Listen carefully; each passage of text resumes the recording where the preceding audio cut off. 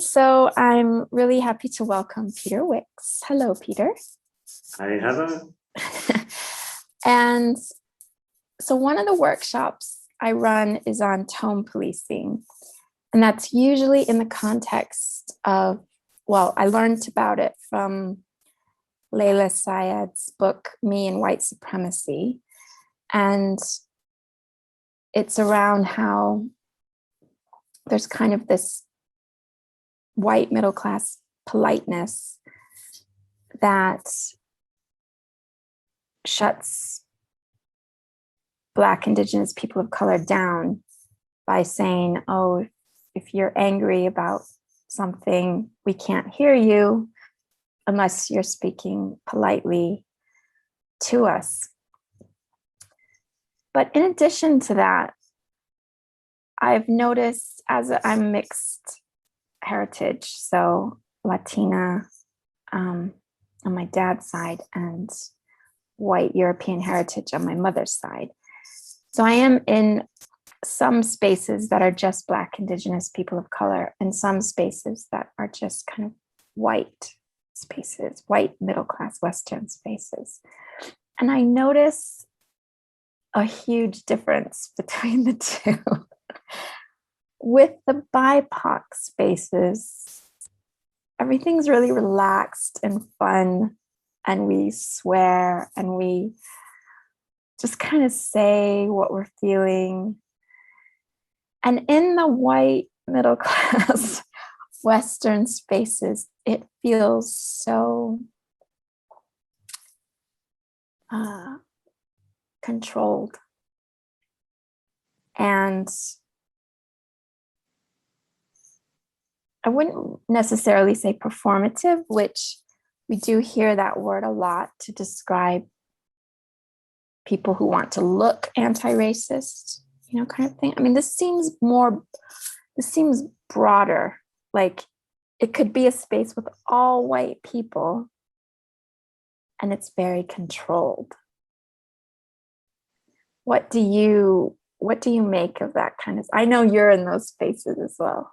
So I'd love to hear your thoughts. Okay, so I'm going to think really carefully about this, not just say what I want. It does depend. So, I mean, one thought that I have is that when we're trying to control the way that we're communicating, there has to be some kind of fear mechanism in play. It's like we're afraid of saying the wrong thing. We're afraid of expressing ourselves in a way that is not in conformity with some kind of role. Now, obviously, that can sometimes be a good thing. If the alternative is that you're going to say something that's really harmful, then, well, better to be controlled. So I guess the question for me would be actually two questions. One is, why do we need to control ourselves and the way we express ourselves to avoid saying something harmful? And secondly, at what point does that actually become part of the problem? So, when is it better to keep a conscious control on how we're expressing ourselves? And when is it better to just loosen up and say whatever comes into our heads? So when you mentioned fear right away, it made me think of the white supremacy culture patterns that come up that I mentioned throughout many workshops, but they have their own workshops. Tima Okun's work on that, and we look at it in great detail in that particular workshop and the cult dynamics workshop. And so there's so much fear, as you say, of getting things right. Another pattern is perfectionism. So we don't want to seem to be wrong. And if there's a lack of reflection in the culture, then possibly there's that lack of humility and curiosity, which would make it okay to make the mistake. Right. It would make it okay to not have to control it so tightly. Mm-hmm. So remind me again. So the two questions that arise for you. What is it that makes us dependent on control in order to avoid saying something harmful? Okay, so for that one, could it be that people have an experience or a generational experience of being ostracized if they do the wrong thing? For sure. And of course, it can also be other kinds of trauma that are playing out, thought patterns that, we learn from our childhood or, whatever, which are playing out and will play out unless we keep quite a tight rein on how we express ourselves. Yeah. Okay. So when I look at this like wall of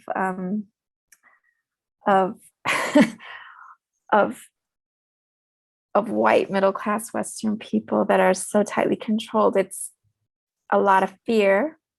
And then your second question is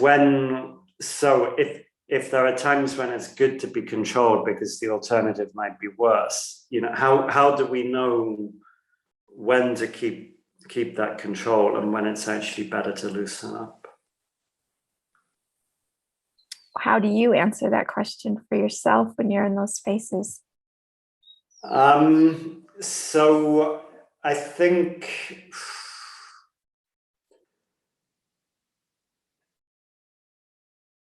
it will depend very much on how relaxed I am.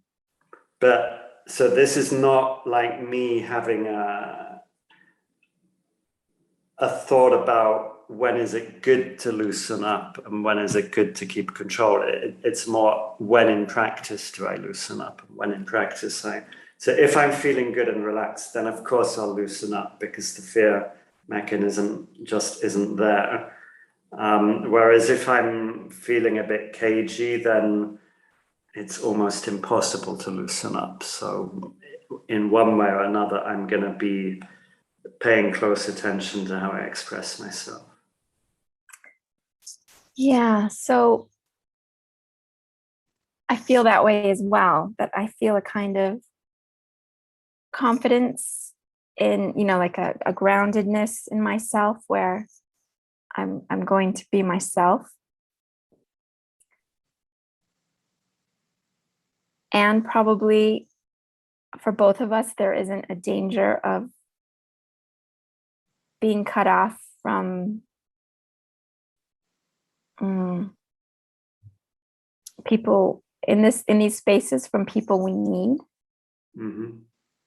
Whereas someone else could the ramifications of doing the wrong thing could be larger. And I'm thinking more in terms of people with less power and privilege who need to be in those spaces. They will need to keep control. But yeah, I don't want to think too much about them. I'm thinking about the white middle class Western people and how they're so controlled. And so perhaps it's that,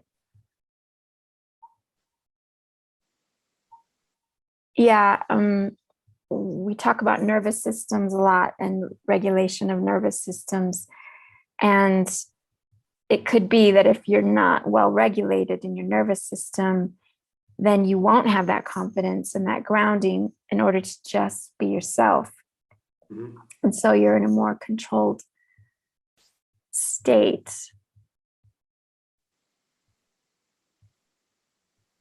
And the space itself, there's probably some maybe groupthink that goes on where if you're not very well grounded and you see everyone else being really controlled, you will see this is the way, this is the culture of this space. Mm-hmm. Is to remain very controlled. Right. You probably won't take that chance. Mm-hmm. And if you do, you might just get slapped down in the sense that, and I mean, it may be, yeah, if the culture of the whole gathering is there are certain kind of rules to be respected, and then you contravene those rules, it's probably going to cause stress for other people. So it may actually be better not to, unless there's some particular reason why you're thinking, oh no, I really need to interrupt this. Whereas in another setting where it's all much more spontaneous, well, of course, it makes sense to be spontaneous yourself. So there's a kind of conformity which may actually be healthy because it's adaptive, as long as you're not kind of supporting or condoning an approach which is unhealthy in some way. I suppose, yeah, we always have to remember the power and privilege that are involved in the space. So if there was an imbalance, and there always will be, it'll be impossible for it. Even if it's all women, there's going to be some kind of power dynamics going on. So I'm wondering, first of all, just the observation of how I guess so. I'd want people listening or watching to recognize that space that we've been describing will be deeply unattractive to some people. Mm-hmm. And so if you are trying to welcome more people into that space who have not been raised in that culture, I can attest that it looks like a very scary space. Mm-hmm. Because people don't seem very authentic, right, in that space. Right. So I would want to point out that people, like, you need to recognize, and that's where the tone policing comes in, because then it feels like there's tone policing going on. And so anyone that comes in that wants to say something and isn't going to be performative in that way, because for that person, it will really feel performative. Right. Because it won't feel natural to control everything in that way. And then separate from that, even if it stayed a white Western middle class space, I mean, white people are my people too, and I don't want people to have to be so controlled. I want people to experience what I get to experience in the BIPOC spaces, which is just based on love and being relaxed. And there's like and can only speak from my own experience in these spaces, and there's more than one. It feels like there's a general understanding of something. And that's what ties us together. And that's what makes the space safe. And there will be tensions, and people have called each other out on things. And I say called them out. I don't know.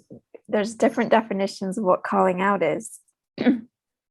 But if you're in a space and you're able to say, what you just said sounds like you're blaming me for whatever, I call that calling out. You might call it, I don't know, but it's not like a nice kind of very controlled naming of something. It's more like I need to tell you what I just heard, and it was painful, So I want my white people, my white Western middle class people, to be able to relax and connect with people in a way that they don't need to be kind of deciding what they're about to say, how it's going to look, being so careful. How do we support people in being able to create that own space for themselves? I think part of the problem with this demographic, the white middle class, particularly, quite highly educated. What do we mean by highly educated? We mean that we've been to university, we've been inculcated with a lot of language-based learning, which keeps us very much in our heads, very cerebral. We find it very difficult to express what is within in an authentic way. So in a way, I think the way that what you observe about those gatherings is actually a reflection of a much deeper problem than can be either solved by just changing the way we interact in those gatherings. We need to do work in really just getting much more connected, mind and body, which there's a lot of work, but it takes a long time. And when there's fear, maybe we need to actually get better at expressing that fear. Like if we're freaking out, maybe we need to say that we're freaking out. We need to maybe learn to express that, even physically, instead of being so controlled. Because the fear will be there, I think. It's difficult to get rid of the fear. Maybe we shouldn't be. Yeah, so that's a good point, to just name where we're at. And model that. So, I mean, in my workshops, I try to include somatic exercises that I've, learned from Resmaa Menakem about, like when he's doing a one-to-one with someone and they, start talking rapidly, or, he's like, pause. He notices we're getting into our heads, and he wants us to notice what's going on in our bodies. Maybe that's one simple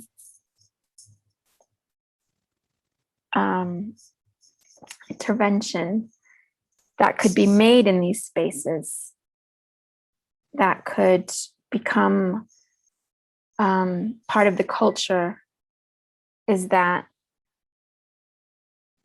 at the beginning of the meeting, you're reminded that this is what we're going to do. And I know in some spaces there are skilled facilitators who could then, stay aware of that. And I mean, sometimes they're not even aware of this going on. But if you had people that had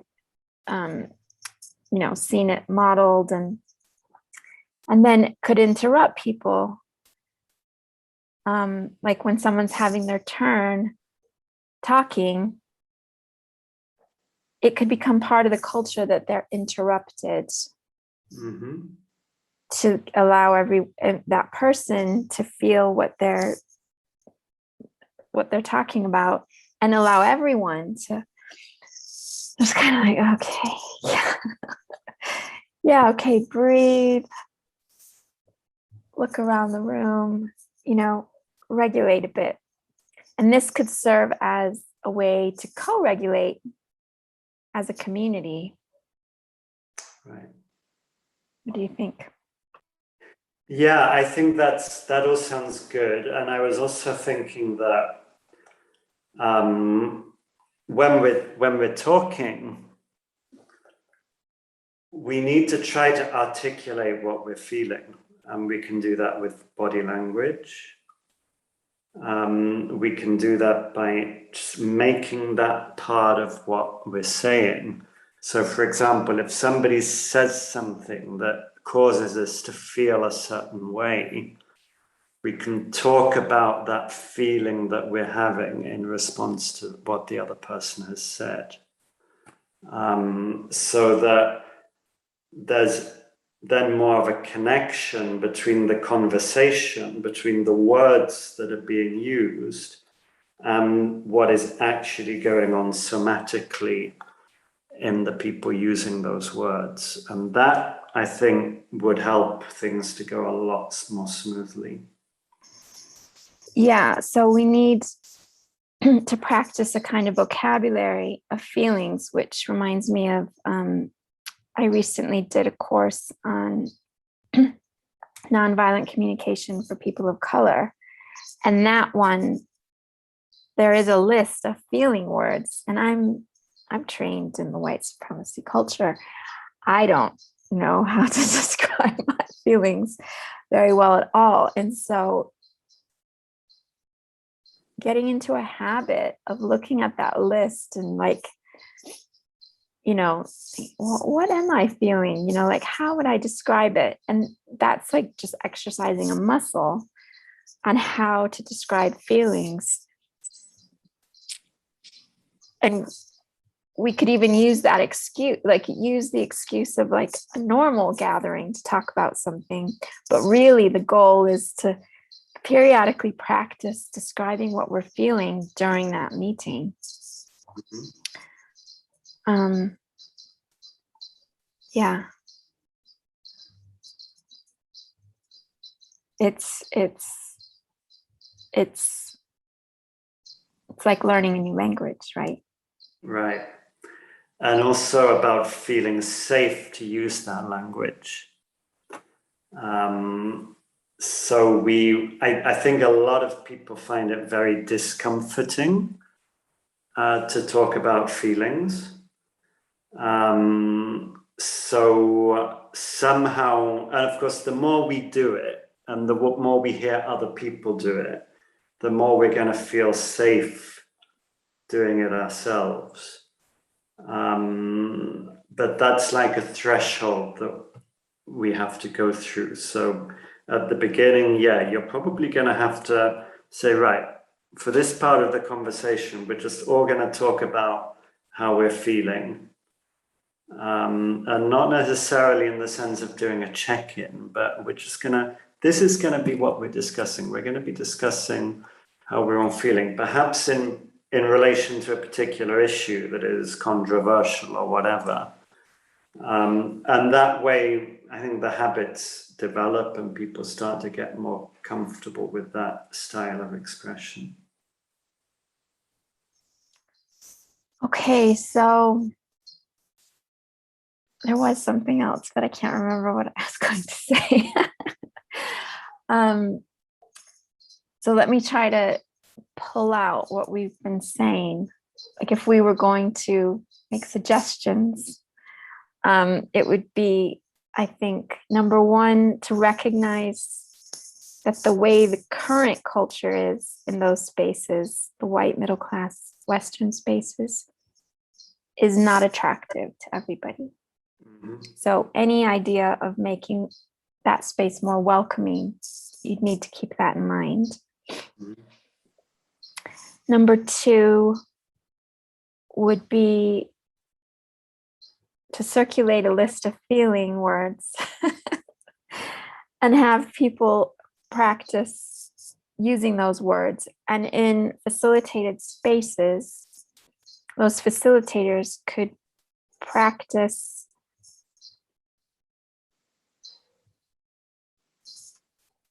interrupting, make it part of the culture that people do get interrupted. Mm-hmm. To pause and go into like what's going on in their body and the feelings that are coming up. And that would be for the person speaking and also for everyone listening, because we can get very tense with that. And that would start to change the culture, perhaps,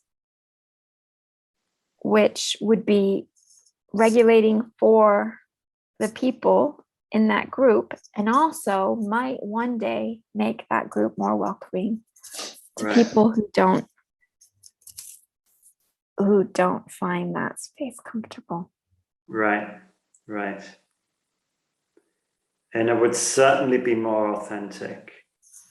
Because what makes a space inauthentic, it's when there are feelings that are not being expressed. Because for one reason or another, the participants don't feel safe expressing them. So it's like we have to increase the safety of expressing. We have to increase the range of feelings that people feel safe to express, including anger, for example.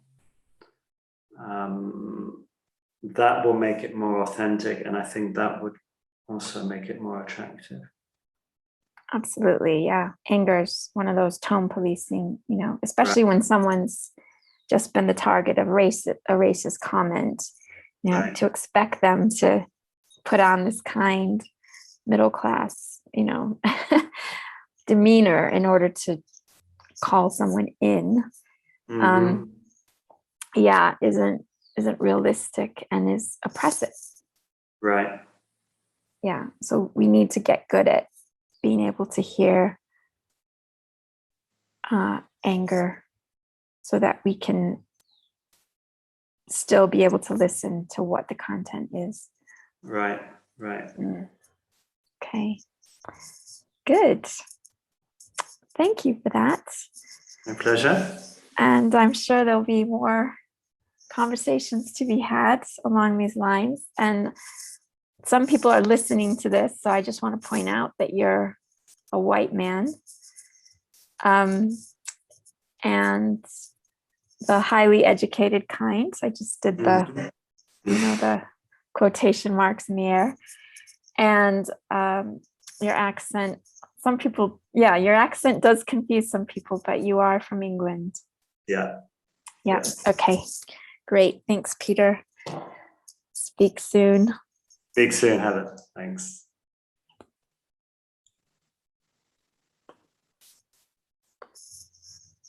Cool. Okay. That was good. We stop being so controlled. Yeah, we're being really controlled. Yeah, I think at one point I was a bit like, I feel like we're being a bit controlled. Yeah, right. But then I thought, well, we are trying to think on our feet, like we're trying to think and make it valuable. Right. I didn't feel like I was hiding, like I was actually angry with you or anything like that. Why are you talking in such words? No, it felt authentic. It just felt like, we know we have an audience, so it feels right. Yeah, I'm sure that would be the case in BIPOC groups as well. Like if we knew that it was being recorded and it was going to be shown, then well, that was good. Good. Yeah. Enjoy. Yeah, we should try and do it for like each of the workshop themes. Just like Christine, Christine from have you gone to any of Dorian's workshops? Maybe not. Dorian's. Yeah, you've been kind of out of DAF workshop loops. Dorian's doing workshops with Christine from the Philippines. Do you know her? No, don't think so. So I met her through Samantha's Possible Futures thing with Dorian and Sasha. Right. And all that stuff. And